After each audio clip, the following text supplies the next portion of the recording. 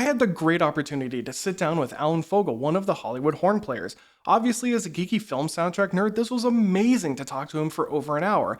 Allen moved to LA to study with Jim Thatcher after studying with Peter Corral at Eastman, and of course, over the last handful of years, Allen has performed on the soundtracks for Indiana Jones 5, Avatar 2, The Mandalorian, as well as Star Trek Discovery and Strange New Worlds, among many others. But of course, he does find time to perform on some orchestra gigs as well, subbing with the LA Phil, the Chamber Orchestra, and Opera. What I didn't know until after we talked is that Allen is on the executive board for AFM Local 47. Now that you know a little bit about the background for Allen, let's jump into the topics of the conversation.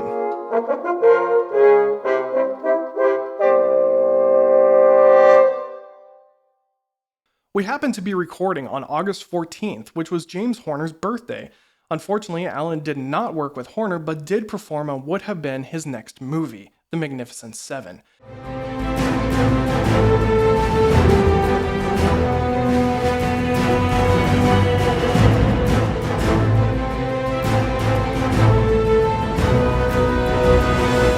I was curious what brought Allen out to LA, and it actually stemmed from a mutual friend, another horn player and teacher in my area, Darren. One of my favorite memories studying with Darren, and something that he did that I try to do with students now too, was every week he would give me a listening assignment.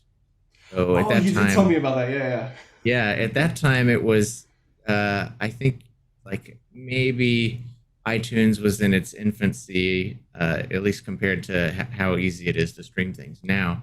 Right. So every week at our lesson, he would bring me a CD, and he'd say, like, "Okay, I want you to listen to this CD, and it's okay if you like it. It's okay if you don't like it, but I want you to just listen to it, and maybe." I don't remember if I had to like write a paragraph or two, but I had to like be able to talk about it for a second, tell him like what I liked and what I didn't like, and it was all kind of stuff. I think the very first one he gave me was Bruckner Fourth Symphony.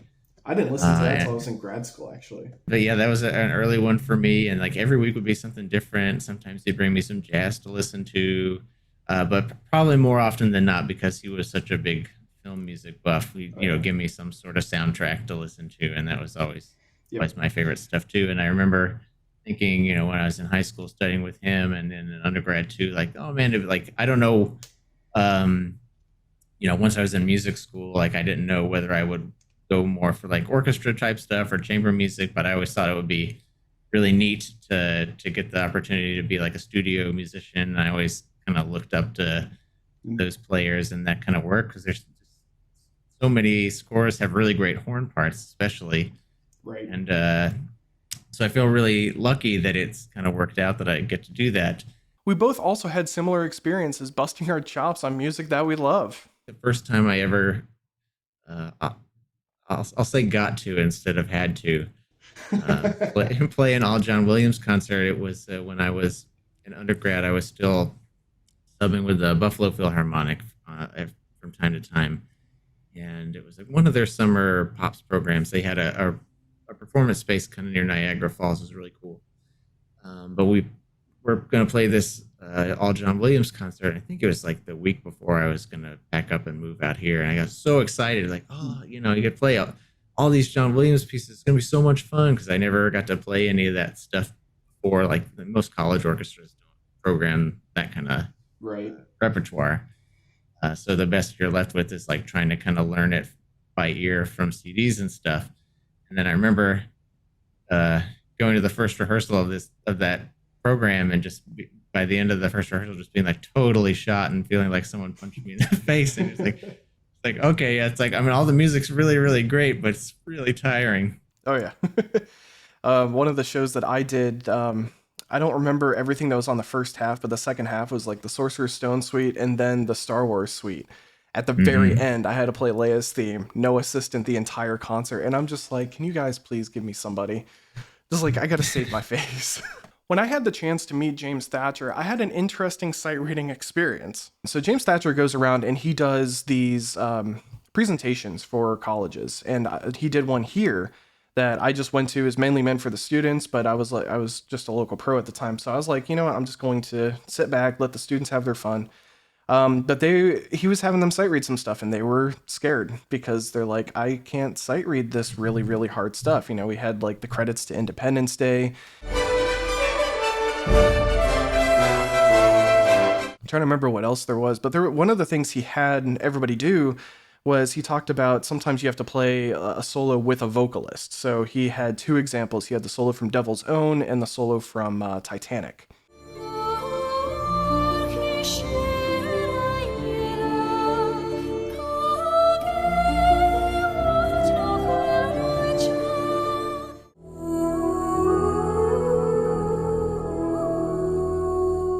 Where he was given the music, then he listened to what the vocalist did, and then he just tried to quickly write a shorthand of, you know, something that's going to match, and then he wanted people to volunteer. Everybody was like, I can't do this. And I was like, sure, I'll try to play this cold. You know, hadn't warmed up at all. And while I was up there doing that, and I played okay, he was like, don't move. I want you to. And he just puts music on my stand, and I'm like, oh God, okay, fine. And he's like talking, and he wants me to like practice the part a little bit. Like, this is like, you're in a session, like this is going to be recorded. You should be practicing. But a part of me was like, I kind of want to hear what you have to say though.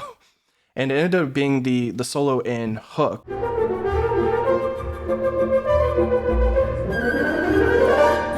So I had to sight read that in front of him. Was there a lot of that studying with him? Not as much as you might think. So the things that we worked on a lot were more orchestral thing, more musical things.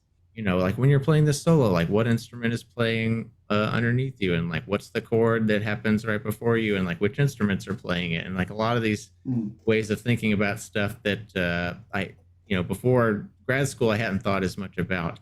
So and he's also a fabulous composer and piano player, which is kind of cool. So I remember one of our first lessons we were working on, I think I want to say it was like Beethoven 6 or something like that. And he's like, okay, like here, I'll play you in. And he just goes over and sits at the piano and like plays like eight bars of like the score from like what was right before the little scherzo solo or something like that.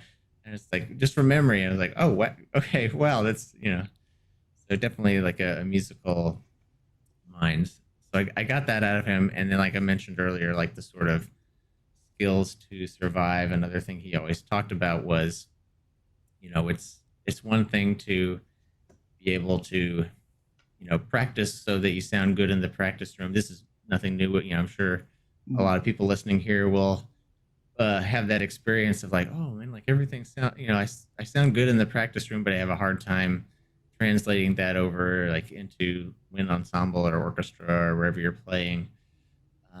But even that's like in the best of times. So you'd say, like it's one thing to be able to play, the solo to second movement of Tchaikovsky's Fifth Symphony, when it's like that concert is the only thing you've got going on that day. I mean, I wouldn't say that's easy either because you got to get through the first movement 1st. I just did it this season, actually.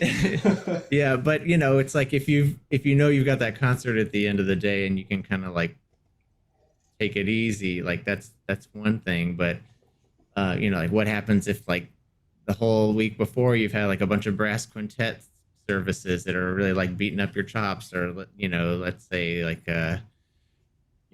sometimes out here for us we'll have a double session from 10 to 5 or sometimes 10 to 6 in the morning, and then you've got to drive across town and play a concert that night. And we don't know when we show up to recording sessions. So, I mean, sometimes it's a really, honestly, like pretty easy day where it's not very heavy on your chops, but sometimes it's really heavy on your chops, and you don't have any way of knowing ahead of time. So there have definitely been times where I had a pretty heavy day at work, and then you kind of have to like go play like a chamber orchestra thing that evening when you're feeling like you got like ground beef on your face, and like, how do I make this kind of soft, delicate stuff happen? And so he was really good about teaching, how to survive. Like, okay, like when it seems like you're not going to be able to do something, like here are the fundamentals that you rely on, learning how to, still breathe deeply and use lots of air, and like learning how to use sort of like long held notes as opportunities to sort of relax a little bit. just learning how to get through a concert when you're not feeling your best. And I feel like a lot of those practical things were really, I mean, things that were so valuable at the time and still continue to be really valuable. Yeah, the other thing was that, like, how to be a good colleague. I think Mhm. there's I mean, if they're younger listeners to this, you may have, a little bit of experience of like some competition with people who are in your band, or you're, if you're doing kind of like all state or that, those kind of things, like maybe there's a little bit of friendly competition and Yeah. that kind of thing. And, but eventually when you move through, high school and college, and then eventually start working, uh, yes, it's very important to play your best, but in a lot of ways, it's also important to be able to work well with other people. I mean, not Mhm. even in a professional context. If you're playing in like a community group, or kind of an amateur group, you have to be able to navigate all sorts of different personalities who you're playing with, and I think Right. um, those, like, sometimes that can be trickier than other times, but uh, Jim would say, and I think a lot of us out here, you know, particularly when we're doing these recording sessions, sometimes it can be very stressful because we're under a bit of a time crunch. Right. So it's important to be able to learn to make everyone around you comfortable so that they can Mhm. play their best. And I think that applies, not just to recording sessions, but Yeah, if orchestra you're like for concerts and me, stuff. just playing with a new group, it's like you want to go in and obviously you want to play well, but you want to make sure that they like having you there. I think that most people would rather have somebody that is pleasant to work with, that is a decent player, over somebody who is perfect but is a complete tool, to use a more polite term, than what some other people say. I mean, would you agree with that? Yeah, I mean, I guess I might say that there are a lot of different types of personalities in our profession, Oh yeah. and that just sort of like comes with the territory of being involved in the arts. Um, but I think, to go back to that point about the one of the best things that I think you can do, I mean, especially if you're playing principal, but also I think you have the ability to do this regardless of where you're sitting, but just to try to do your best to create an environment where you trust all the people that are around you, and sort of creating that environment of trust, because we play as Yeah. horn players, like, it's hard, even Yeah. playing something like that seems relatively simple could, like, you know can be precarious for no reason. You just, sometimes you chip a note and you don't Mhm. know why it happened. And Yep.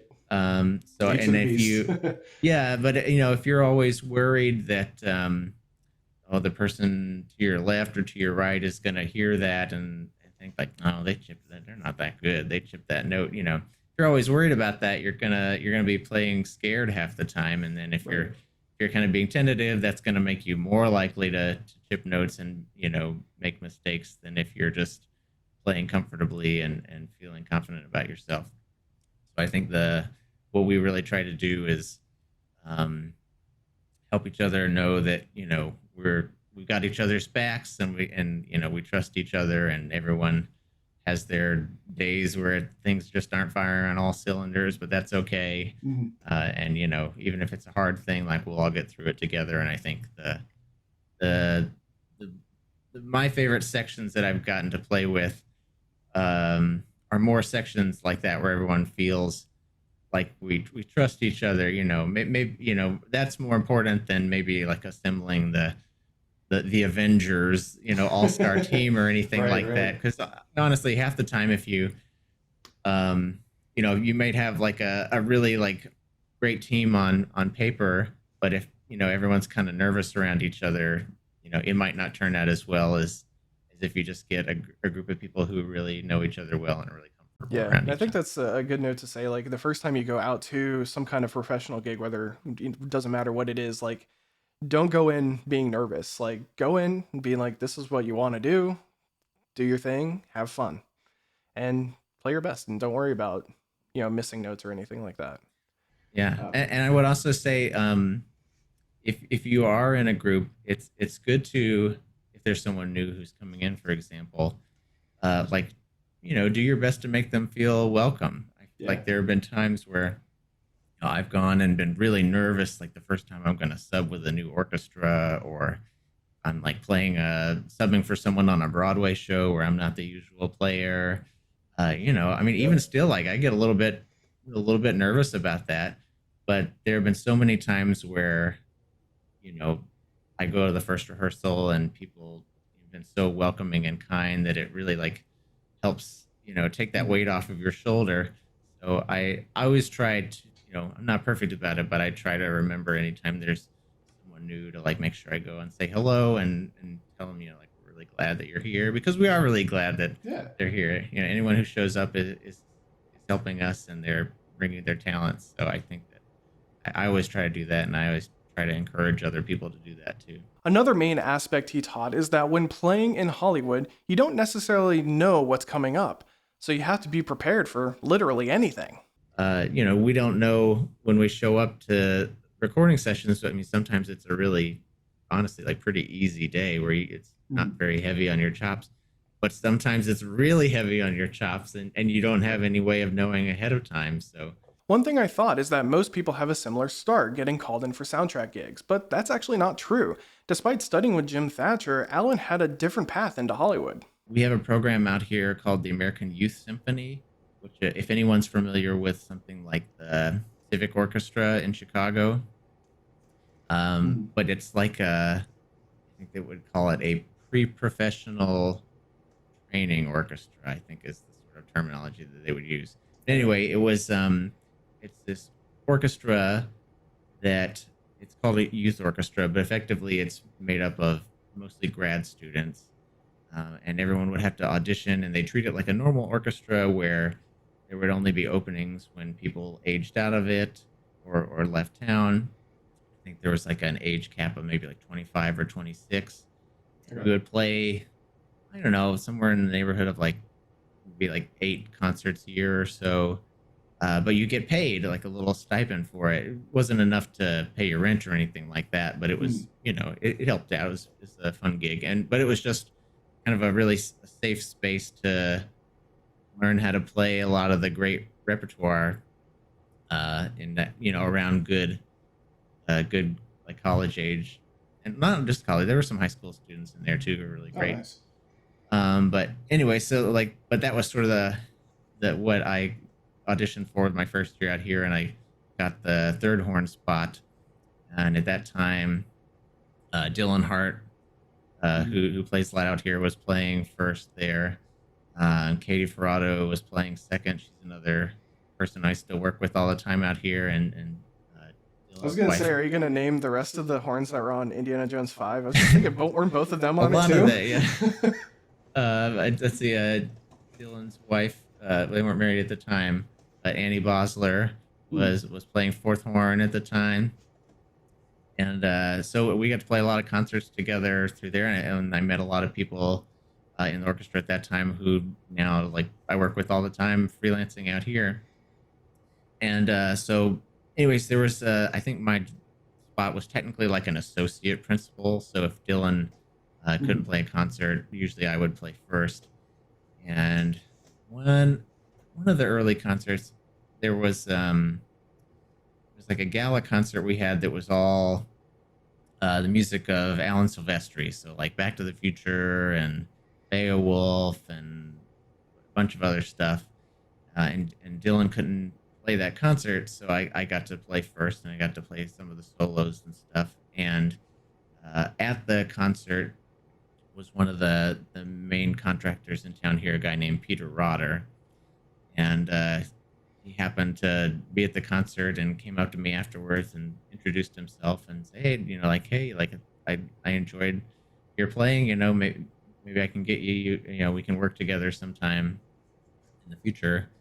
And then so that's how I met Peter. And I know maybe a few months later, he would call me for some kind of like live concerts, and then maybe like a year after I moved to town, I got called for my first recording session at Capitol Records, which was uh, The Wolf Man, which is a movie with Benicio del Toro.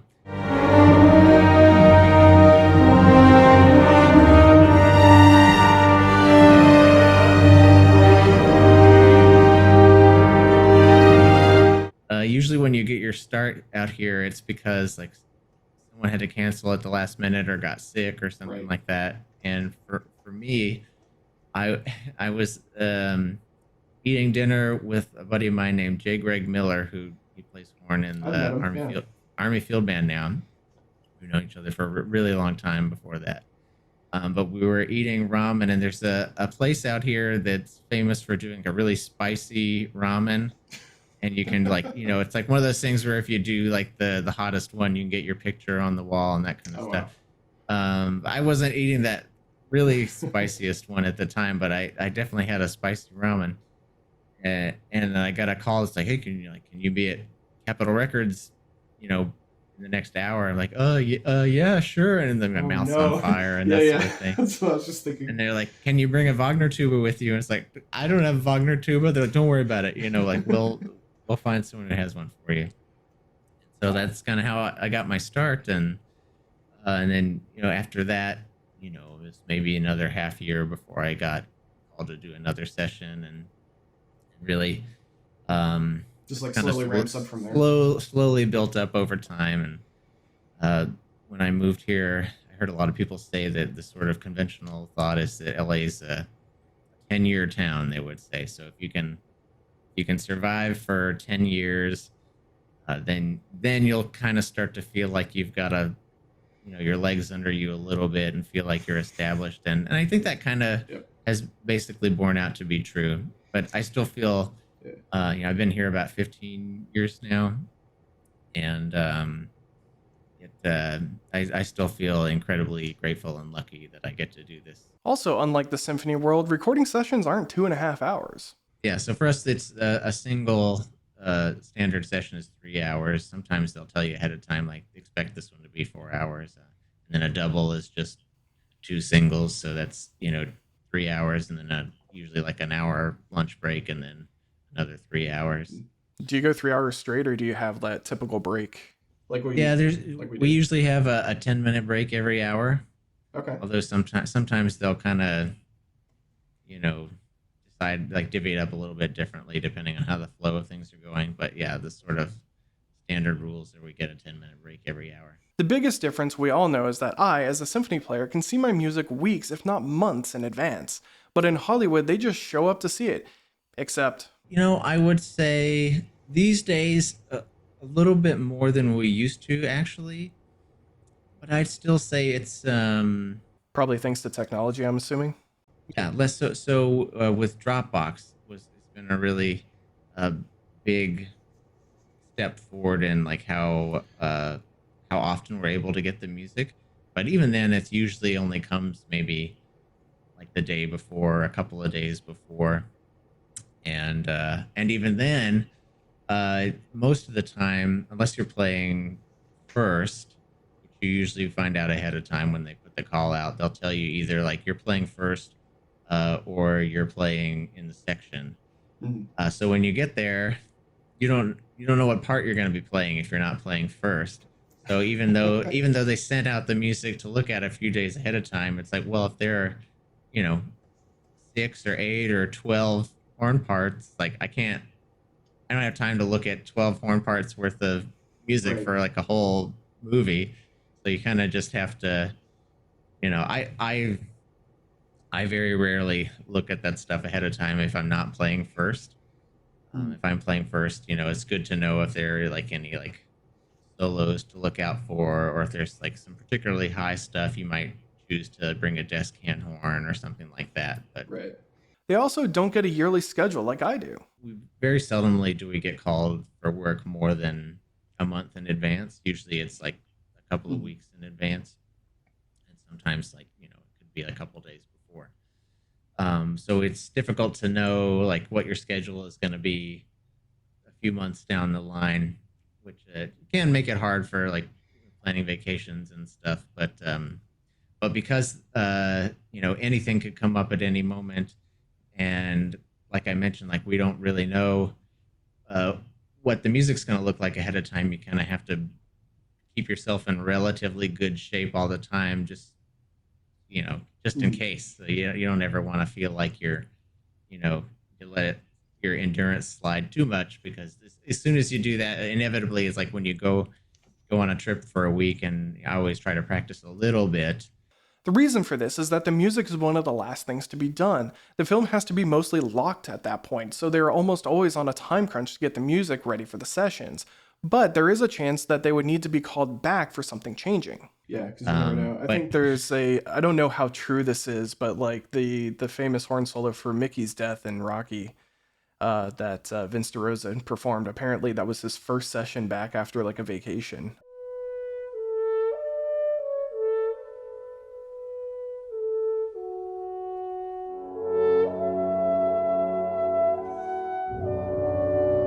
I don't know how true that is, but yeah, there are a lot of kind of stories like that, especially about Vince, where he would just come back from vacation and just pick it up. And did you ever get to meet him?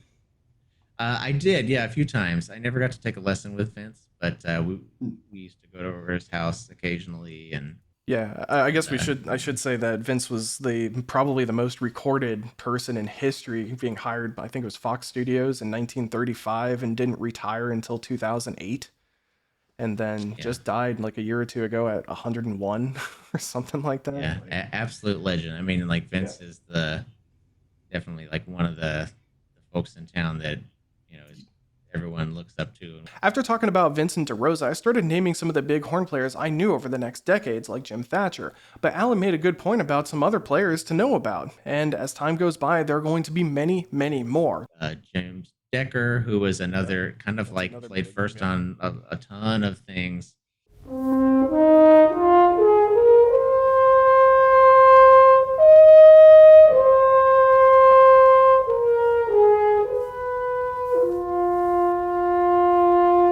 The Robinson brothers.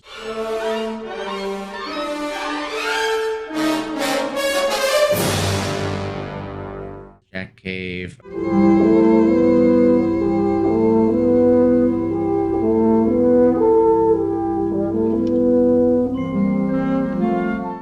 Richard Parisi is another guy who played a lot first. If you ever listen to the soundtrack for Silverado, is a really great one. I just Richard did a medley with Marc Papeghin on Silverado. Yeah. Yeah. So Richard Parisi played first on that.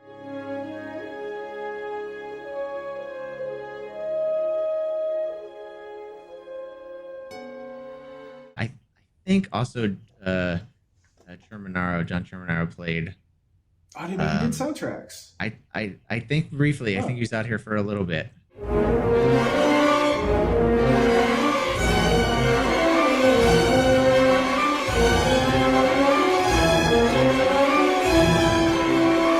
Brian O'Connor.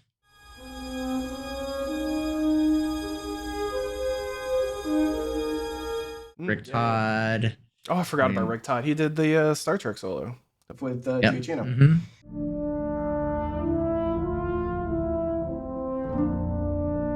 Yeah, but I mean, also in that generation, like a greater influx of women: Christy Morrell, Jenny Kim.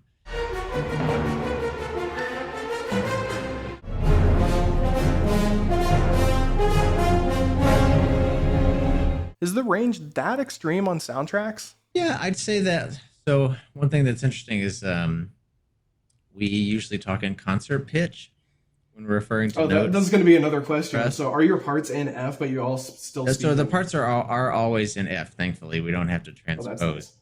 Nice. But when we're talking to each other in the horn section, and when we're talking to the conductor in the session, or to other... so I sure probably have asked like low C up to F then. Would have been a better... Yeah, basically. way of putting that, that's how we think of it. And that's kind of the standard range. Every now and then you'll see something above that, but not too often. It's not uncommon, but it's not like every day. Is it common to like talk to either the director there or the composer and be like, this probably should be down an octave? I think I was talking with Dylan at one point about that, where he was in a session where they're like, this should be brought down. Well, it's funny. Like, you kind of have to know the situation you're in. Because there are certain composers where if you're a little more familiar with them, you have a better working relationship.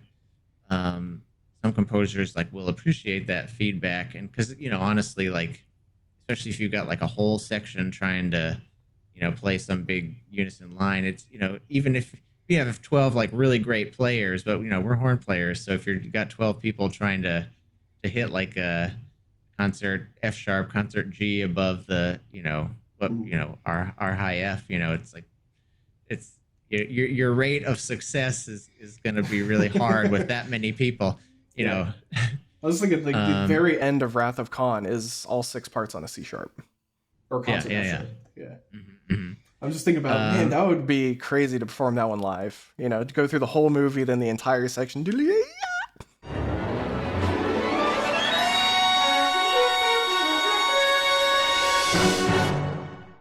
yeah. So almost all the time we'll at least give it like one go, and more often than not, I mean the composers from the booth will recognize like, okay, hey, like let's just take that down an octave, like that, you know, Yeah, it doesn't need to maybe be that okay. that we were a little overly ambitious with that or something like that, Yeah. or maybe you'll have like half the section take it down an octave or something like that. So what about Um, like low range stuff? Like how low do you typically go? Do you get down into like bass clef often? Oh yeah, yeah. It's like you mentioned that that low C or pedal C down there. You get down to the basement there, and quite often, like with all the parts, I'd say that's one thing that's kind of maybe a little bit different than like we're so used to orchestra. You kind of get that first and third play the high parts, and second and fourth tend to play the low parts. Although there are exceptions to that too. Right. Um, but for us, usually like the standard section is six more often than not. Mhm. And that's kind of interesting in that like it gets broken up in different ways. Sometimes you'll get like, you know, two groups of or three groups of two. So like first and second will be playing the same part, third and fourth will be playing the same part, and fifth and sixth will be playing Yeah. the same part. I think How to Sometimes Train Your it's Dragon is like that. It's 3, 3, and 3. yeah, but then sometimes it's three and three, so you get that split. Yeah. Sometimes And it's all I said 3 six sets of and 3. It's 4 sets of 3s. I said that one wrong. yeah, That's yeah, 12 yeah. horns, but yeah. But they kind of gives them like lots of different ways to split it up, and then same if it's eight, they kind of it's interesting how they'll divvy up the harmonies. But a lot of times, really, it's just the whole section in unison. So, and both from like the first two parts having to play really low, and or the you know lower parts like five and six or seven and eight, we'll have to play all the same high stuff. Yeah, just So really, really you reinforce, should, like, gotta be yeah. ready for everything now. Yeah. Yeah, well, and it's because you never know what you're gonna get, so you kind of have to make sure that you're keeping all those areas of your playing topped up. Of course, not all the music in Hollywood is crazy, insane stuff.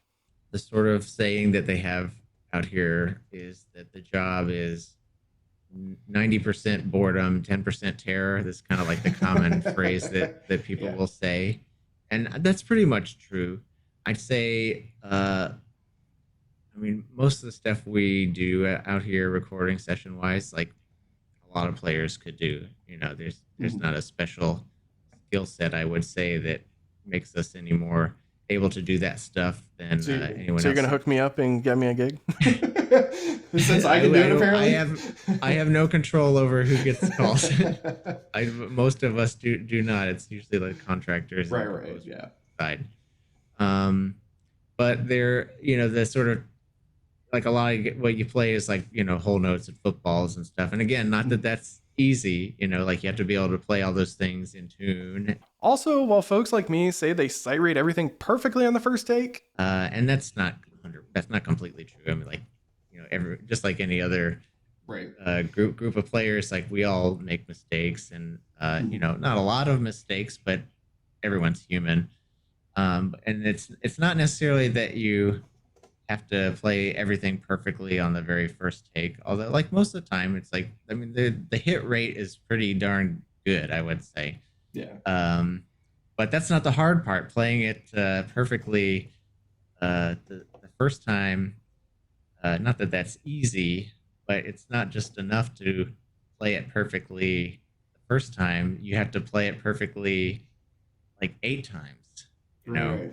And I think that's the thing that I didn't think about when I first got started, was especially if you're like if you're playing, like if you're playing it like a tough solo. I mean, I think about like that, you mentioned that Mickey solo that from Rocky 3 that Vince had to play, and Mhm. you think about like, gosh, man, like he played that, so well, but he probably had to play it like 8 times. And when you think about that, it's Yeah, like to yeah. have to play it that well and do it that many times, like all of a sudden, like the difficulty level and the pressure kind of ramps up. So it can be hard, especially, they almost always seem to save like the stuff like that, the little like tricky solos, to like the end of the day. So you play all the hard stuff that beats you up all day, and then you have to Yep. play this solo kind of Right. stuff. I remember Jim Thatcher Um, said that the Jurassic Park solo that was at the end of a session.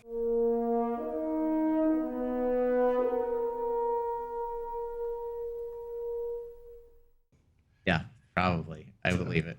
yeah. And so But it's that tricky because you have to get it right, and it can be frustrating sometimes when it's like you played like what you feel is the best version of your solo. Like let's say they do 8 takes, and you're like, oh, that's my favorite take, but like not even that, like someone like chipped a note somewhere else in the room, but a lot of times it's like someone will like make a little noise in the room or something like that, not unintentionally, but like a chair yeah, will squeak, or like right.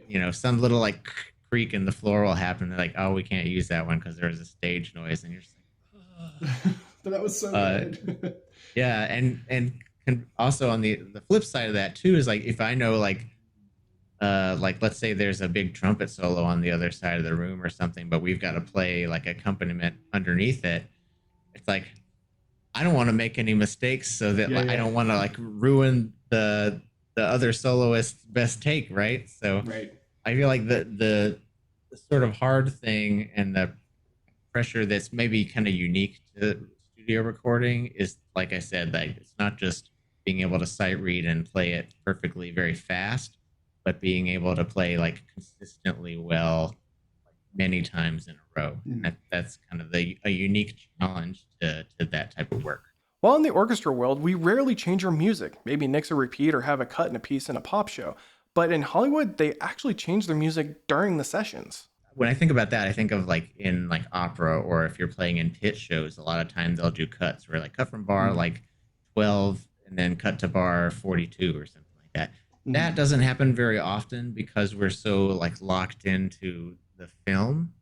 But what is very common is let's say if there's like a melody where they have all, six horn players playing kind of like a soft melody line.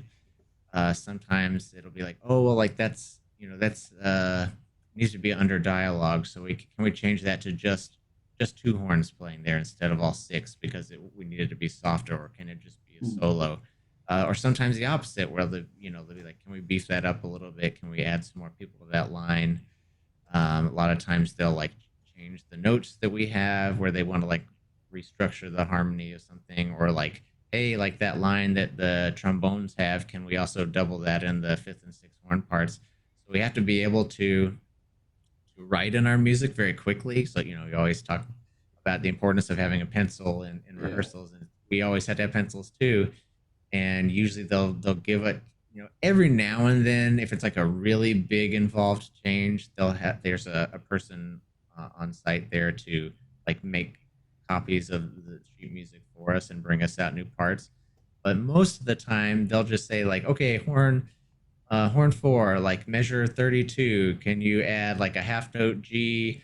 And then the next measure, like dotted 8/16, going from A flat to E flat. And then you just have to be able to like write out the new melody that they're saying to you, really Mm, quickly. So that's kind of another like skill that you have to develop that's maybe unique to us that you don't see in orchestra really.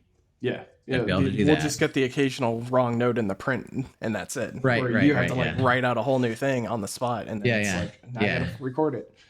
Yeah, Yeah. and that's very common for us. We have to do that a lot. Mhm. With technology today to make mixing easier, many soundtracks are recorded in sections called striping. that the norm? Probably more often that we do a session that's just brass, where they have recorded like the strings and the woodwinds earlier in the day, and then like the brass will come in the evening and record over the top of that. I'd say that probably happens a majority of the time these days. Although we still do stuff with the full orchestra Yeah, like so I pretty guess in those often too. cases, you have to rely on the conductor or the people back in the booth to make sure that you're playing with people that aren't there. Yeah, You well, got so this I line with the mean, cello, and it's like they're not there, so you can't hear them. yeah. So a big part of that is we're playing with a click track, which if people aren't familiar with That was that, going to it's be the basically next question. you've Yeah. got your headphones on, and we'll usually like most of the headphones we have at work are one-sided headphones, but if it's Mhm. double-sided, you'd like take one ear off so you can hear yourself a little bit better. Yep. And then in your headphones, you'll have like basically like a little metronome going that will like keep track of the beat, and like they'll have it pre-programmed, so if there are like places in the music where it speeds up or slows down, like that metronome will be programmed to do that. And there is a conductor, but the conductor's usually there less for actually conducting and more for just helping to fix problems as they arise, or like if there's some notes that come to us from the recording booth, they're kind of Mhm. like a person who will give out those instructions. Yeah. So yeah, we usually have a click track, and that's so for a couple of reasons. One, it like helps us all stay together. A lot of times, if we're in a scoring stage, it's a bit bigger than like an actual concert stage would be. So just like for the purpose of like hearing like way across the room, there's more space. Right. So you want to make sure everything lines up. Mhm. It's also important because it helps make sure that everything lines up with like the picture. So like I mentioned earlier, if there's like a big smack or explosion or whatever that happens on screen, they want to make sure Right. that the music lines up with it every time. Although Mhm. that opens up an interesting discussion that you could have another time about how they used to do that kind of stuff before they had click Yeah, tracks. that's with Uh, streamers and punches, which I know are still yeah, used, but probably not in the yeah, same very, way. very, very little. John Williams still does that. He does And really I was going to ask basically. about that. Does he still Yeah, yeah. do free? Yeah. Yeah, every certain like some of the action cues will use click track because it's like you have to be a little bit more precise. Mhm. But yeah, well, he's probably one of the only people that will use streamers Yeah. more. Oh, and the last reason for the click track, and you mentioned for the striping purposes, but like it allows them to like edit things together if they need a little bit better, because that way they're always sure that it's like everything's in the same tempo every time, and Yep. there's not like sudden like weird jumps in where it's faster or slower. But if we do the brass in the evening, usually they'll feed us what they recorded in the morning in our headphones, so you can hear like if they are like you said, if you're trying to match a cello solo or something like that, you'll hear what the cellist earlier in the day recorded, so you can kind of try to match their pitch. Yeah. We definitely prefer when everyone's in the room together because it's easier for like the whole group to be like flexible together, like pitch Right. wise. I mean, if they record that stuff in the morning, like that's done. Like they can't. You have to just adjust to where they are, even if they're like a little sharp or a little flat. It's like you kind of just have to go with what's already done. Right. And if I think Nami said that that's how they did Strange New Worlds, that was all everybody together. Yeah, yeah, I think so. Yeah. That's. I mean, It's just a everyone foreign prefers. concept to be like, let me record this part away from other people. Like the stuff I do with Oh Marc yeah. Papeghin, it's like I'm used to that, like over the internet, and it made sense like over COVID. And Hmm. so I don't know how many people actually know that the Top Gun movie that was all remote. And Yep. shout outs to Dylan Hart for the horns on that. Hmm.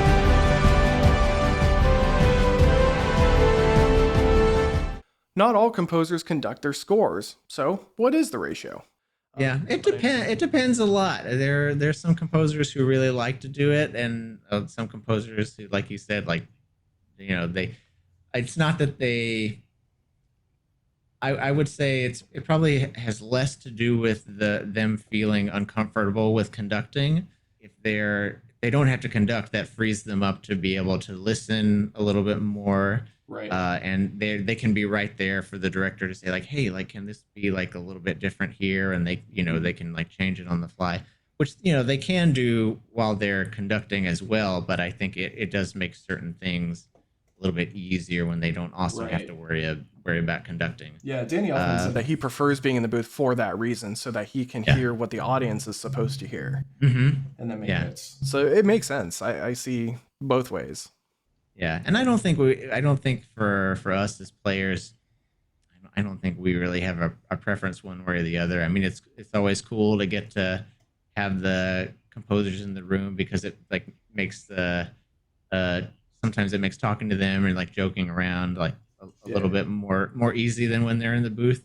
But they can still do that from the booth too, and it's we're very used to doing it both ways, and I wouldn't say that it feels more comfortable one way or the other. When everything is locked to a click track, aleatoric or chance music is still done. Yeah, often we'll get like a little text instruction on the score that says like low rumbling aleatoric or like something that like that slowly gets louder and goes higher as you go, and so they'll give us like some sort of like idea of what the sound they want, and then we'll try something out and they'll be like, we didn't like it that way, can you try it this way? And sometimes there's like some like experimenting to sort of get the mood that they're trying to get. But yeah, I'd say that's pretty common to do that. Of course, I gotta know, what are your favorite soundtrack solos? I always like those kind of like solos that you might not know about, like the Mickey one that you talked about with Vince. Jim Thatcher has a great solo from a movie called Always.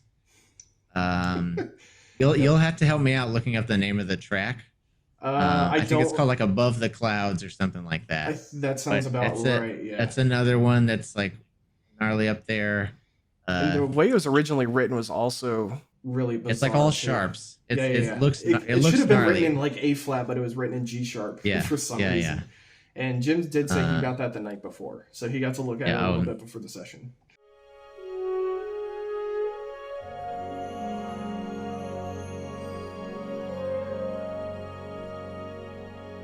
The movie JFK. I think the name of the track is called Arlington.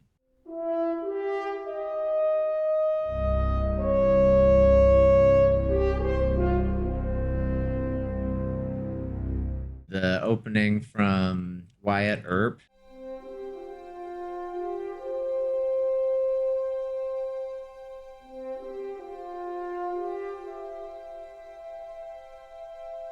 I mean, if we're just talking about like soundtracks that I like listening to lately, you mentioned James Horner earlier. Like it's, I think it's London Symphony Orchestra doing it, but like the Mask of Zorro.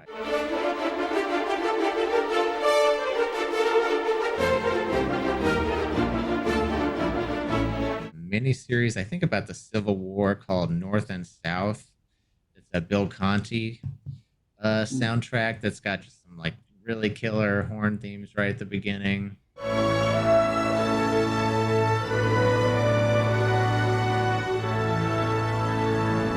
Richard Watkins did the solo from Prometheus. That's got another like talk about one that goes up to like a high G.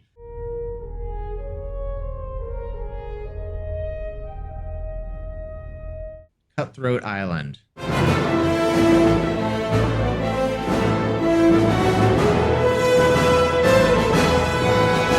Thank you, Alan, again for coming on and speaking with me. It was so enlightening to hear about your experience. If any listeners have any questions, feel free to ask below and I'll pass it along. As much as I thought I knew about the recording on soundtracks, it's also very different. Hopefully one day I'll be able to be a fly on the wall during a session and see the magic happen.